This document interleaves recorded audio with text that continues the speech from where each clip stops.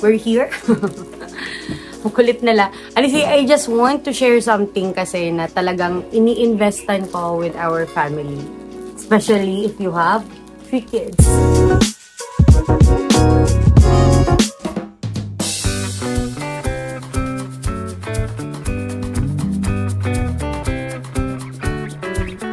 Welcome to our back channel! Nilabas ko na kasi kaya kulit na nila. Nangungulit na sila. Wait lang. Okay, I'll stay here in the floor because the babies are so sabad. Gusto nila ko saan ako. Andyan din sila lahat. There. I'll open the balloon later. Kai! We have a number 1 rule dito sa bahay na dapat talaga namin sundin. No! Na talagang ano na yan, nakasanayan na yan nila. It started with our Achi Ellie, tapos hanggang si Fei Fei na, and ngayon sa kay Kai Kai, nangyayari na. Wala siyang choice. It's a rule for a family. Sorry, ang gulo nila. And it's just normal. Ano pa yan? Mild pa yan nila na pang-google. Sa mga rule namin dito sa bahay for the kids is screen time. I think in my social media, meron talaga ako yung mga part na talaga ang dami kong shinare ng mga reels regarding that, how we do it sa bahay, lahat ng yun. But number 1 is we really control and we are being intentional with our kids. Screen time. Alam namin, hindi mo yan makukuha. Totoo, we've been on that part na kapag pagod din kami ni Daddy, wala kaming time, we're so busy, they can watch. Talagang minsan nakakalimutan namin, ang tagal na pala nilang nagwa-watch kasi it really entertains them. So, yung ginagawa na lang namin.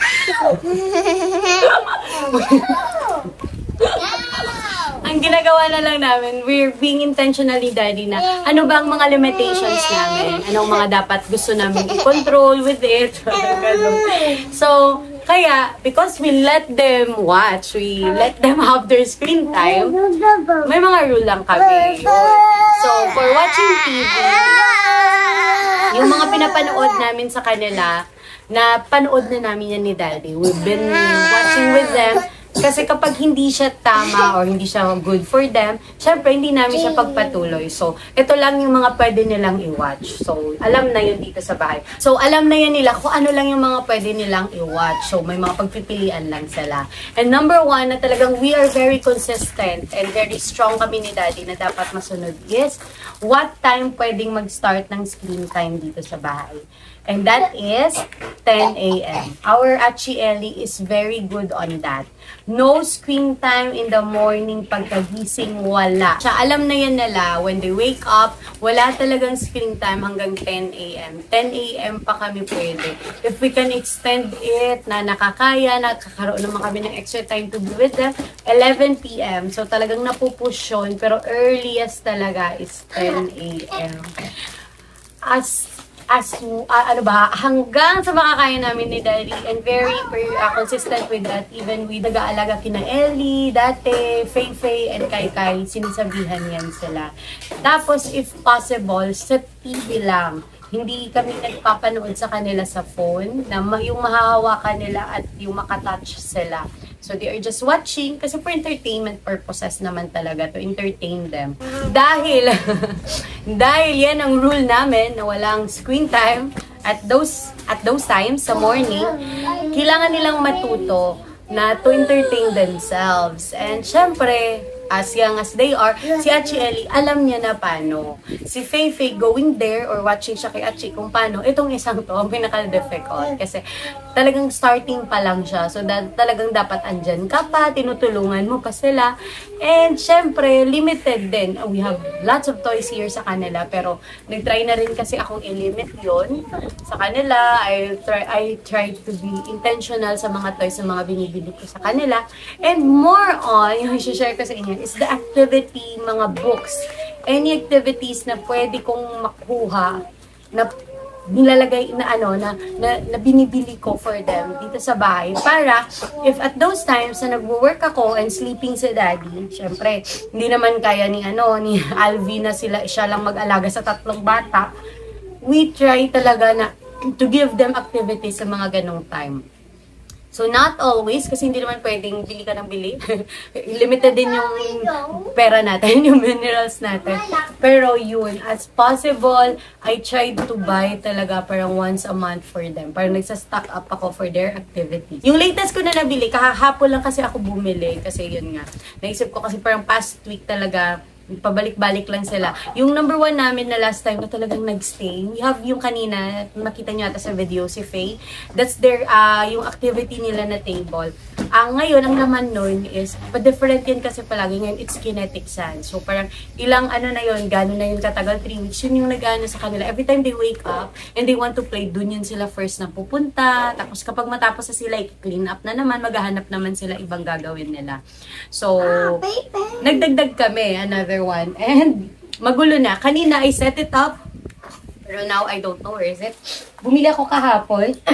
So, yung napuntahan namin ni Daddy, isa Mumuso. I'll show you lang yung mga nabili namin.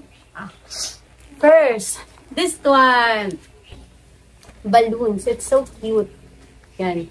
It's a round balloon, tapos meron siyang stickers na pwede mong lagyan different expressions. As is, they're super excited. Meron na kami nito ng mga pang-ano ng balloon. Kasi before pa talaga, balloon is part of our activities. Nagre-refill lang ako, different shape of balloons, yung mga lock. Tapos ako kasi, parang I was trained. Before kasi, parang nagsumasali ako ng mga mission ng mga events. So, we were trained kapag mag-entertain ng mga bata, na ito, yung mga sa balloon making, yung mga animal making using balloons. So, alam ko, so yun yung ginagawa ko sa kanila. Yan. So, this one naman, iba naman yung binili namin ni Daddy. Round naman siya na balloon, tapos pwede mo namang lagyan ng expression. So, yun yung gagawin ko with them later. Sorry. Then, another one. Kukunin ko lang ako ng mga nandito. This one. Excited na talaga si Achi. Palaging meron sa bahay is stickers. Kasi pinag-iisipan ko rin yun. Minsan, kapag bibili ako ng stickers, dapat hindi ganun ka-pricey kasi one use lang yan nila. Pero, super entertained din sila. And with our Achi kasi, nag-change kami with stickers. Yung ginagawa namin is parang may story. You can make a story with your stickers kasi nagaganon siya. And I have a lots of drawing books, mga blank, lahat lang yun. Or, yung iba, may mga parang sticker board kami na pwede mong ilagay at ma-reuse yung mga stickers. Kasi si Achi Ellie namin, nasa point na siya na nag-pretend play siya using stickers. As in talagang makabuo siya ng story using, yun nga, yung mga stickers na yun. Kaya dun, excited ako. Yung nabili ko at sa Mumuso is a puffy sticker book. Yan. So, parang ang board niya, parang nagsisell, it's a restaurant, different kind. Tapos yung stickers, ididikit mo. Yan. Tapos may reuse mo siya. Maganda. It's very nice. Sa Mumuso ko siya nabili.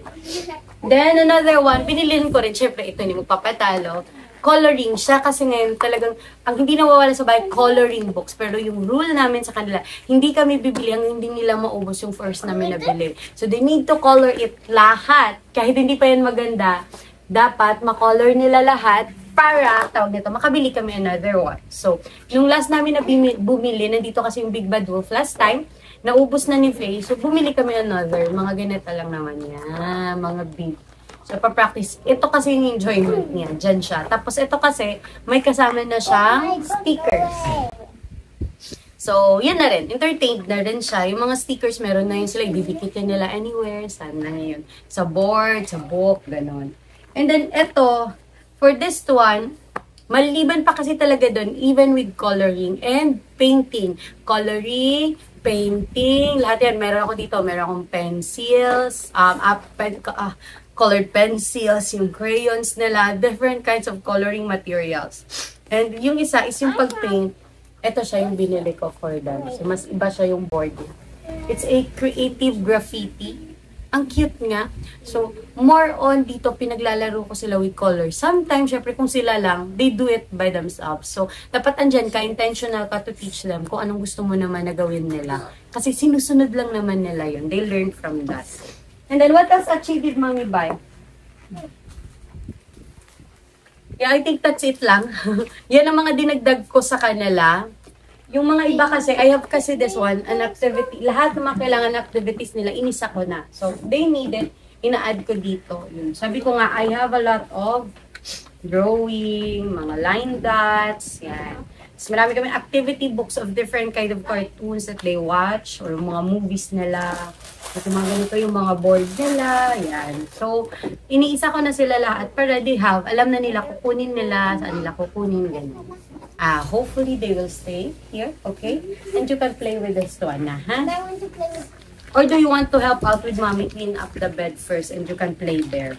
Mommy, how about the balloon? Later pa the balloon after na lunch or if daddy is awake na. Because daddy will help mommy pop, not pop, nang blow the balloon, okay? No, I just want to blow. Oh no, Yaya, we'll not blow with our mouth. We'll be using this one, okay? Then we'll put sticker with a smiley face, okay? Why? Okay, you bring your activities now. We will clean up the other. And our Kai is, nandun sila sa labas. Oh, nagbabubbles na. Yes, one thing, isa sa mga activities namin sa bahay, hindi nawawalan din ang ubusan is bubbles. Sisi, here.